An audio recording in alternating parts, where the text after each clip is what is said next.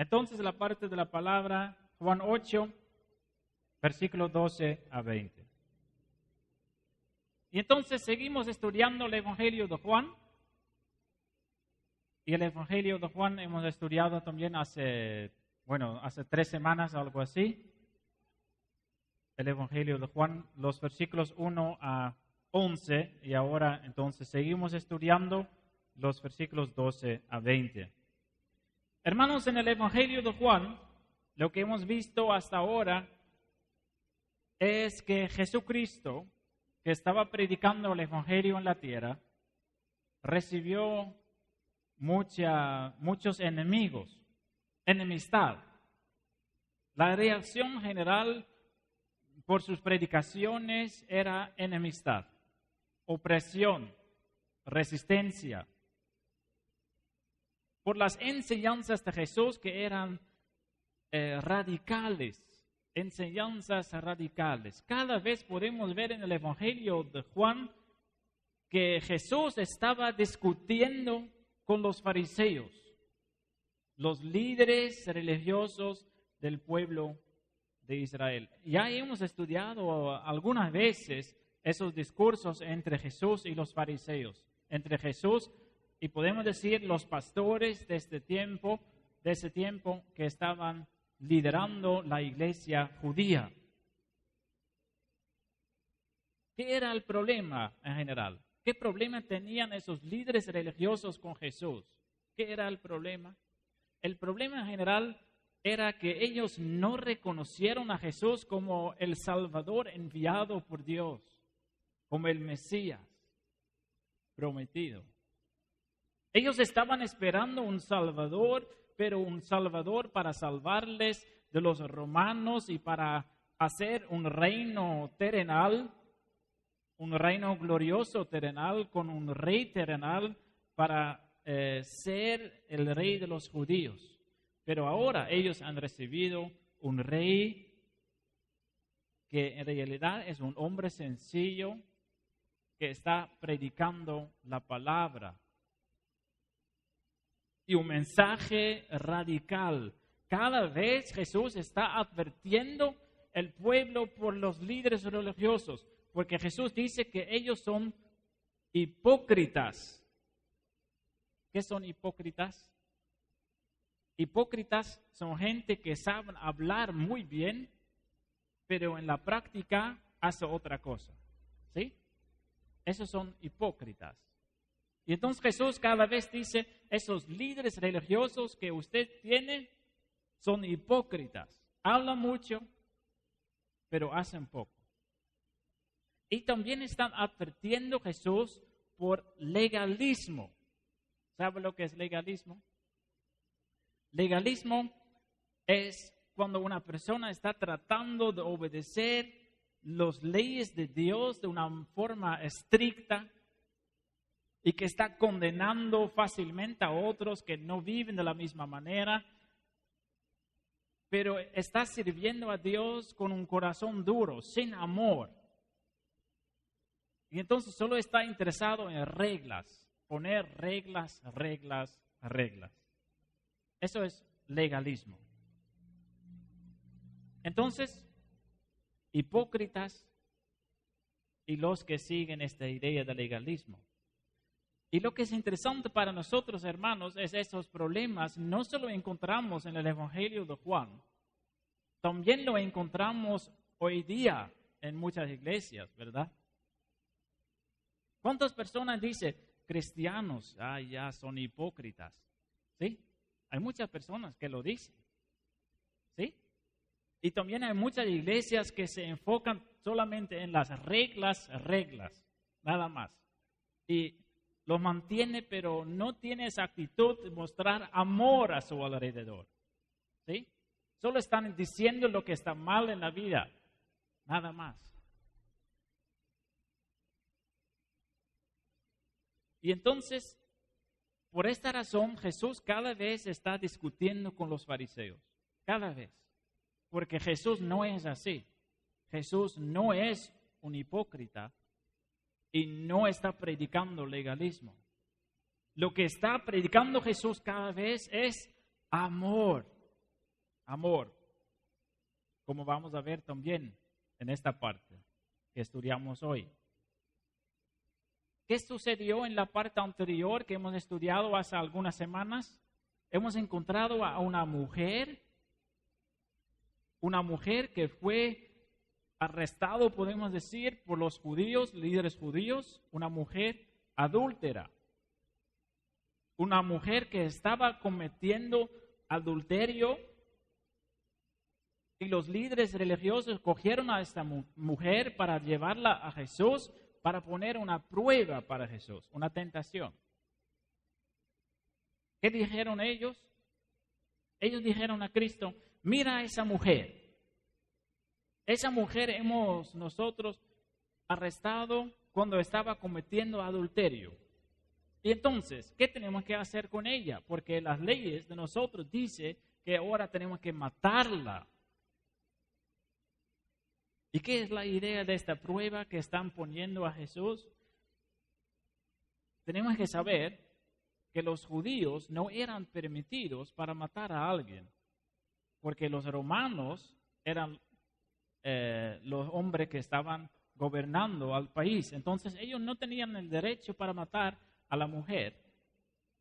Y entonces al momento que Jesús va a decir, sí, es cierto, esa mujer cometió adulterio, entonces tiene que morir. Al momento que Jesús va a decir esto, los judíos pueden ir a los romanos para decir, mira, este hombre quiere matar a una persona y eso no es permitido. Pero al otro lado, cuando Jesús va a decir, no puede hacerlo porque los romanos no nos permiten para matarla. Y entonces los judíos pueden decir, mira, este hombre obedece más a los romanos que a la palabra de Dios. Y entonces es una prueba difícil. Pero lo que hemos estudiado entonces la última vez es que Jesús hizo algo maravilloso. Él no respondió a esos líderes religiosos. Él estaba escribiendo en la tierra, dice la palabra, esperando nada más. Pero ellos insistieron para pedir una respuesta a Jesús. Jesús, ¿qué tenemos que hacer con esta mujer? ¿Qué tenemos que hacer? Hasta que Jesús responda a ellos. Eso podemos leer en el versículo 7. Y como insistieran en preguntarle, se enderezó y les dijo, el que de ustedes esté sin pecado, sea el primero en arrojar la piedra contra ella, en tirar la primera piedra, dice Jesús. El que está sin pecado, él puede empezar.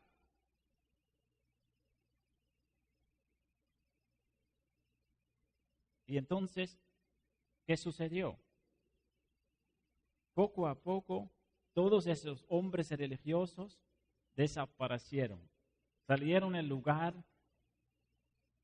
siendo acusados por su conciencia, dice el versículo 9.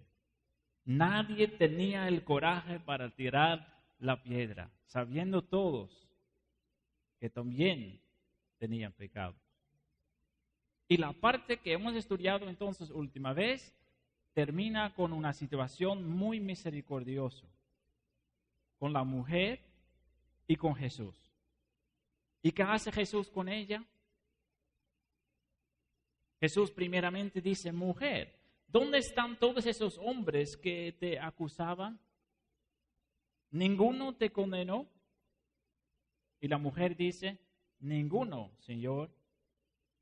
Y entonces Jesús le dijo, ni yo te condeno. Vete. Y la última parte, que también es muy importante, ¿qué dice Jesús? No pequéis más. ¿Sí?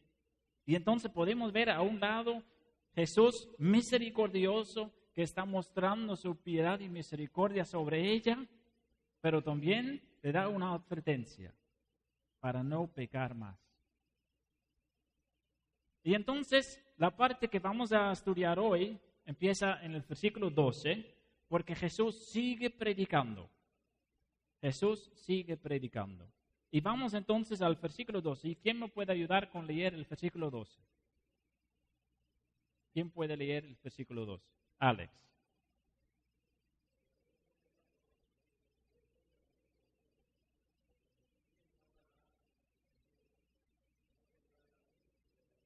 Ya, gracias.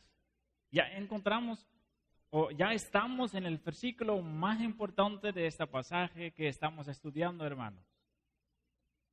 Jesús proclama que Él es la luz del mundo. Jesús está hablando en esa parte sobre luz espiritual. Jesús es luz espiritual. Hermanos, sabemos que todo este mundo está en oscuridad.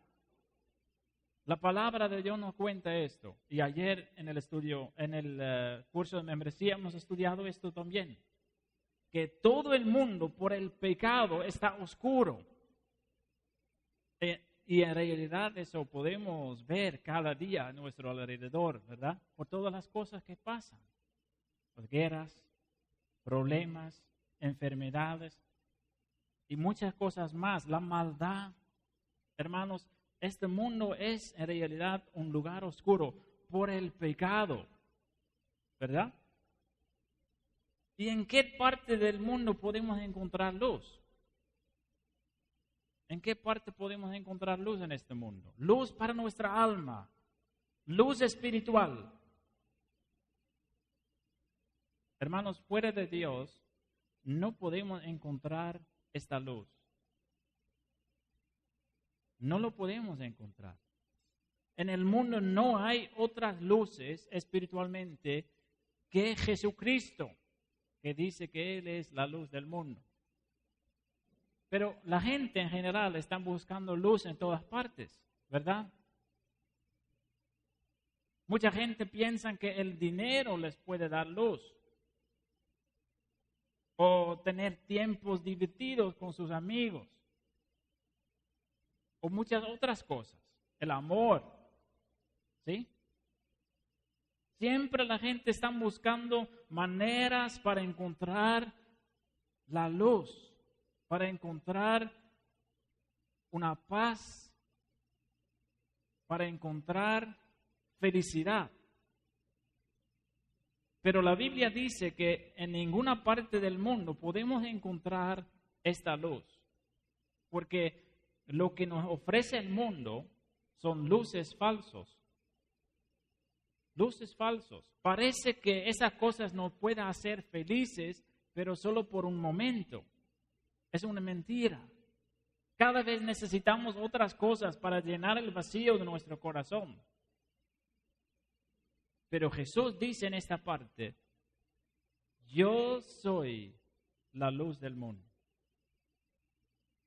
En el único lugar en que podemos encontrar luz, la luz que solo podemos encontrar en Cristo.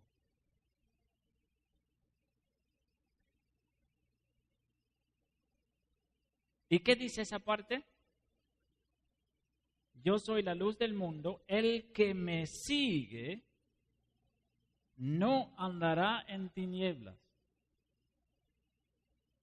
sino que tendrá la luz de la vida. Entonces, eso significa también, hermanos, que los que no siguen a Jesús andan en tinieblas. Los que no siguen a Jesús andan en tinieblas. Hermanos, nosotros somos llamados para ser luces. Nosotros somos llamados para ser testimonios vivos para nuestro alrededor. ¿Cómo podemos hacerlo? En esta parte encontramos cómo podemos hacerlo. Para poder testificar en nuestro alrededor acerca de Jesús, tenemos que andar con Él para estar en su luz. Porque ¿cómo podemos testificar de Jesús si nosotros andamos en tinieblas? Cristianos que quieren ser luces tienen que estar con Él que es la luz del mundo. Porque Jesús nos hace como espejos para reflejar la luz que hay en Él. Entonces, un cristiano que no anda con Jesús no puede reflejar su luz.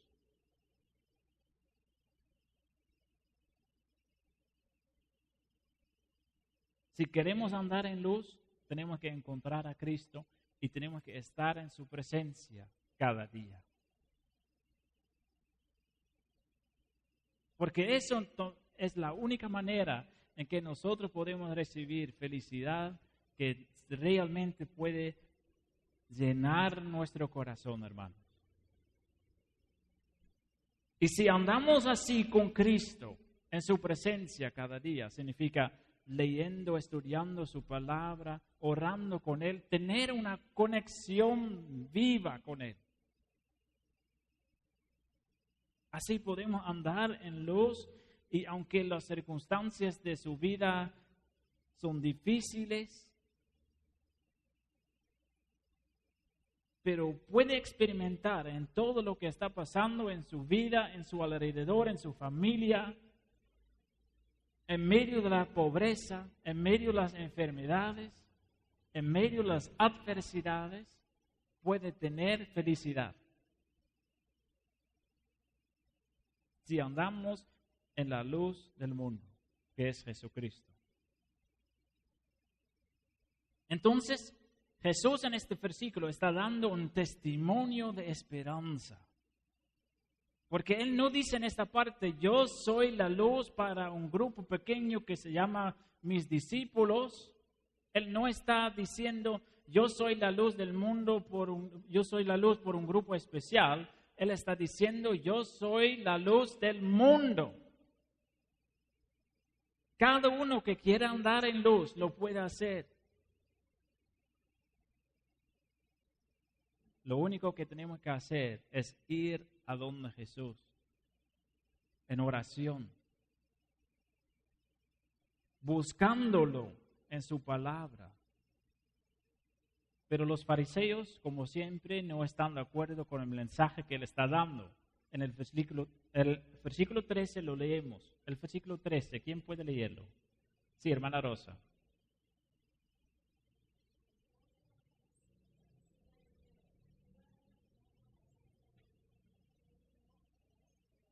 Y entonces ellos dicen, lo que está diciendo en este momento no tiene valor.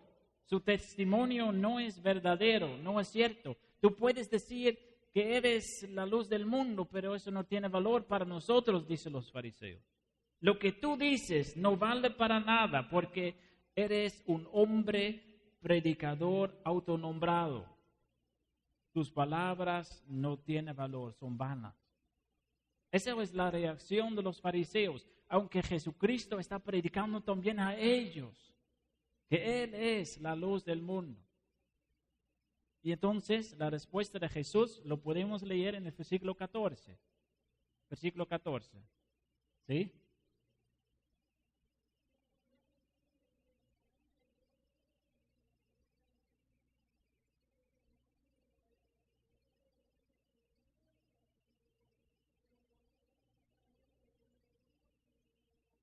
Ya, gracias. Entonces lo que está diciendo Jesús es, y lo que ha dicho también en otra parte del Evangelio de Juan, Él dice, yo no soy un hombre normal. Mi autoridad es de otro nivel, porque soy enviado por el Padre, soy el enviado de Dios, y entonces mi autoridad de predicar que soy la luz del mundo viene de Dios mismo. Jesús dice, yo estuve con Dios en el cielo, pero ustedes no saben que vengo de Dios y ustedes no conocen el lugar a donde voy. Y eso es una advertencia grave. Los fariseos, hermanos, han visto los milagros. Han visto la sabiduría de Él en sus predicaciones. Han visto su poder en todas las cosas. Han escuchado sus predicaciones. Pero no quieren reconocerlo como el Señor. No quieren reconocerlo como el Salvador. Y todavía están criticándolo. Pero eso nos hace pensar también en nuestra propia vida. ¿Cómo estamos nosotros? ¿Cuántas predicaciones hemos escuchado ya en la iglesia? ¿Cuántas veces hemos escuchado que Jesús es el Salvador? ¿Cuántas veces hemos escuchado que tenemos que tener una relación con Él? ¿Cuántas veces hemos escuchado que tenemos que buscar la vida eterna en Él? ¿Y ya ha encontrado la vida en Él? ¿Ya reconoce su autoridad? No estoy hablando sobre si usted cree que Dios existe, porque esto no le salva. Yo estoy hablando acerca de si Jesús es realmente el rey de su vida. ¿Es Jesús realmente el rey de su vida? Y no tenemos que responder muy fácilmente, muy rápidamente. Porque ¿qué hace un rey? Un rey es alguien que reina, que tiene toda la autoridad. Y un rey quiere obediencia en su reino, ¿verdad? Y entonces solo podemos reconocer a Jesús como rey de nuestra vida si también reconocemos su autoridad sobre nuestra vida. Estamos obedeciendo a Jesús. Estamos haciendo lo que Él nos manda a hacer. Solo si vivimos así podemos decir que Jesús es nuestro rey, hermanos. Significa que quitamos todo lo que Él no quiere en nuestra vida. Que tenemos que quitar todo pecado de nuestra vida. Porque este rey no acepta el pecado. Versículo 15. ¿Sí?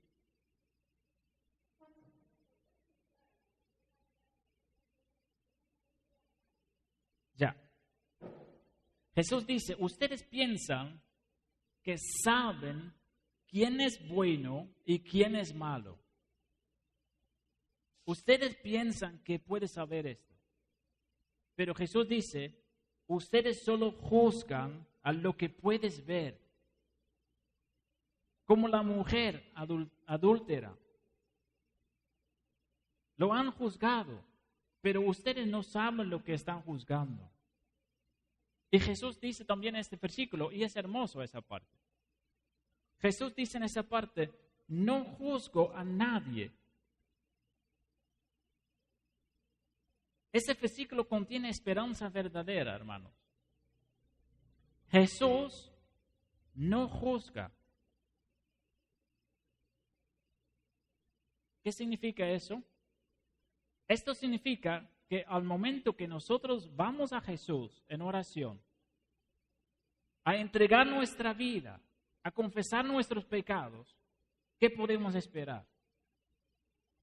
¿Condenación? No. ¿Por qué no? Es porque en esta parte de la palabra dice que Jesús no juzga a un pecador que viene a Él, que quiere cambiar, que quiere arrepentirse. Eso es lo que dice Jesús en esta parte. Esto significa que Él está dispuesto a recibirnos. Él está dispuesto a empezar de nuevo con nosotros. Eso significa que hay esperanza por cada pecador que quiera arrepentirse. No importa lo que sucedió en su vida, gracias a Dios, Jesús todavía no juzga a nadie. Hasta ahora Él no lo hace. Entonces, hermanos, no tiene sentido de tratar de esconder sus pecados ante Dios. No hay que mejorar su situación ante Dios, porque Dios sabe todo. Dios sabe lo que pasó, lo que está pasando y lo que va a pasar en nuestra vida. Aún nuestros pensamientos, Él conoce. Y entonces nosotros podemos tratar de esconder todas esas cosas ante Dios, pero Dios quiere que confesamos toda maldad que está pasando en nuestra vida, para pedir por su poder para cambiarnos. Porque, como estoy diciendo, Jesús no juzga. Aún no. Y eso es importante para saber también. Porque Jesús sí va a juzgar. Pero todavía no juzga. Pero vendrá un momento en que Jesús se cambia de Salvador en un juez para juzgar a los vivos y a los muertos. Eso leemos en el versículo 16. ¿Quién puede leer el versículo 16?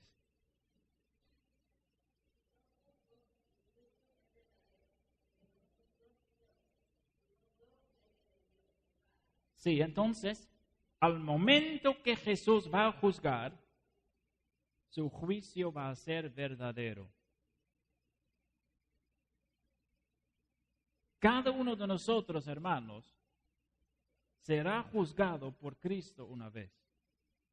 Al fin de nuestra vida, seremos juzgados todos nosotros por Cristo. Y solo los que lo conocen como su Rey y Salvador serán libres del juicio. Solo así.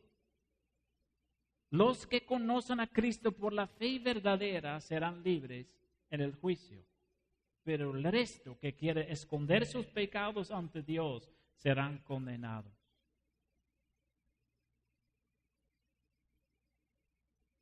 Ahora, Cristo va a defenderse, que no es solo Él que da testimonio, hay dos. Y el versículo 17 y 18 lo dice. Versículos 17 y 18. ¿Quién puede leerlos? 17 y 18.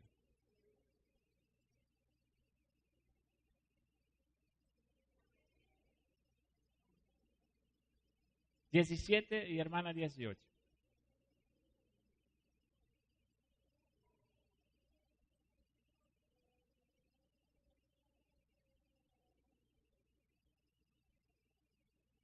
¿Sí?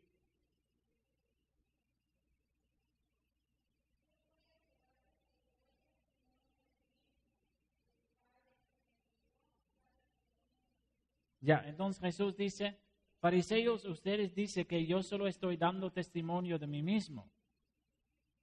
Pero no solo soy yo, también es mi Padre Celestial que está dando testimonio de mi autoridad. Y entonces son dos.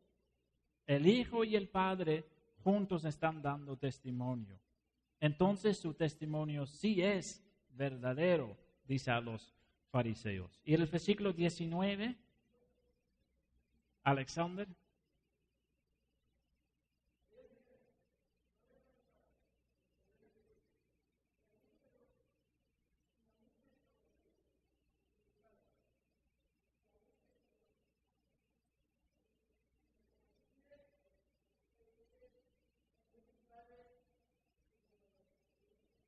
Gracias. Entonces, ¿qué dicen los fariseos? ¿Qué dicen los fariseos? Los fariseos dicen a Jesús, ¿dónde está su Padre? Y para entender esa reacción hay que saber algo. Los fariseos, y eso podemos leer en varias partes de la Biblia, los fariseos pensaban que Jesús nació de una relación fornicaria. ¿Sí? Los fariseos pensaban que Jesús nació de una relación fornicaria. es porque María estaba embarazada antes de estar casada con José, ¿verdad? Y nosotros sabemos de la Biblia que eso fue del Espíritu Santo. Fue un embarazo especial. Pero en la opinión de los fariseos, Jesús era el resultado de una relación fornicaria. Y por eso están diciendo ahora, ¿dónde está tu padre? ¿Dónde está tu padre?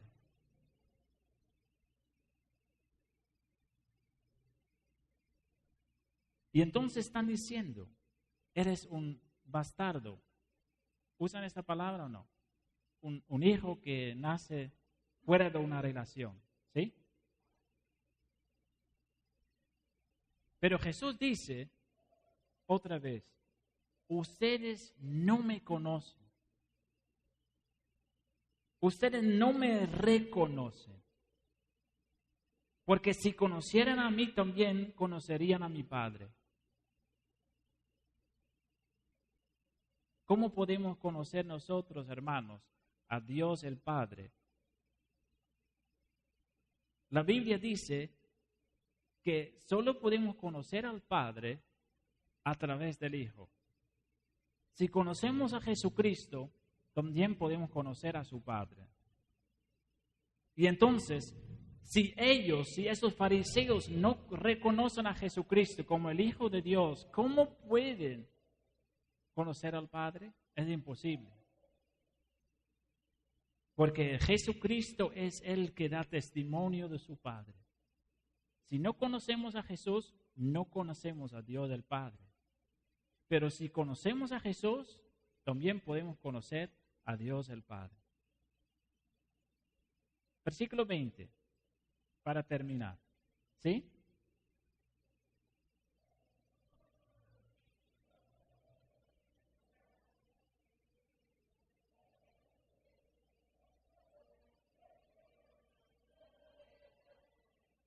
Gracias. Entonces, ¿en qué lugar estaba predicando Jesús? En medio del templo, en el lugar más importante de los judíos.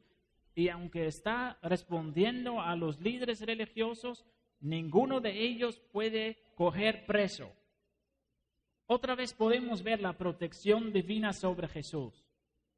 Nadie puede coger preso a Jesús, porque aún no es el tiempo en que Él va a ser crucificado. Hermanos, resumimos un poco, porque lo más importante ya hemos encontrado en el versículo 12, que es el versículo clave en esta parte. Jesús es la luz del mundo. Jesús es la luz del mundo. Si usted está buscando luz en su vida espiritual, hay que buscar a Jesús, porque Jesús es el único que puede darle luz.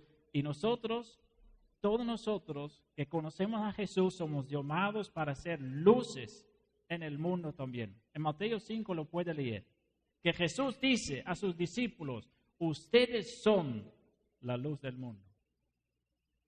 Y entonces no solo Jesús es la luz del mundo, también todos sus seguidores que viven en su presencia pueden ser luces en su alrededor. Y somos llamados para ser luces. Pero solo podemos hacerlo cuando estamos en su presencia cada día. Cuando tenemos una conexión, una relación. Ayer hemos pensado un poco en el ejemplo de una lámpara. Una lámpara que está desconectada no produce luz, ¿verdad? Pero una lámpara que está conectada produce luz. Y así es la vida espiritual. Si nosotros queremos ser luces, tenemos que estar conectadas a Jesús. Cada día. Y si no estamos conectados a Jesús, no podemos ser luces. Es imposible. Conectado a Cristo, produzcamos luz en este mundo oscuro. ¿Y qué es el propósito de todo esto? Hermanos, es para que nuestro alrededor nos pregunte, ¿de dónde viene esa paz, esa tranquilidad, en su vida? ¿De dónde viene esa felicidad aunque todas las circunstancias en su vida están difíciles? ¿De dónde viene todo esto? ¿Cuál es su secreto? Y para responderles, mi secreto es Cristo, porque Él es mi luz. Y lo único que hago yo es reflejar su luz. Eso es el propósito de nuestra vida, hermanos. Amén.